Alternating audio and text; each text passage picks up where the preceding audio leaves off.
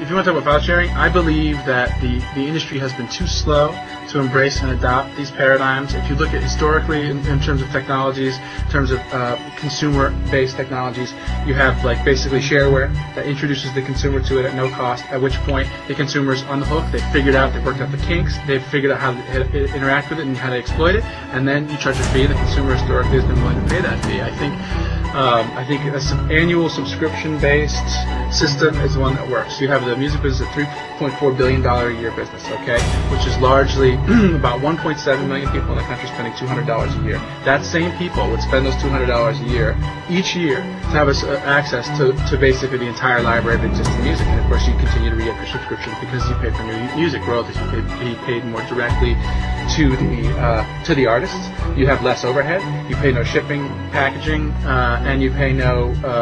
There's this mammoth amount of executives at music companies that are relying on a lot of that money.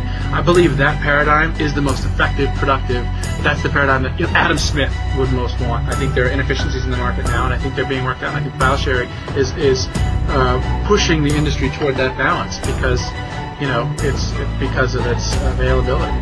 Or eventually it's just going to be video on demand, movies on demand, because bottom line is going to eventually affect your guys' pocketbooks if piracy continues. There is piracy of movies, and it'll be movies on demand, but it'll be a tiered structure. It'll be like, if you want to watch it first weekend, maybe it won't be available first weekend. But then if you want to watch it, you'll pay more, and then as it goes to another stage in its release, it'll become less expensive. But there's a lot more adoption that has to happen technologically speaking right now before people can watch movies, or at least integrate it in terms of the PC and web connection.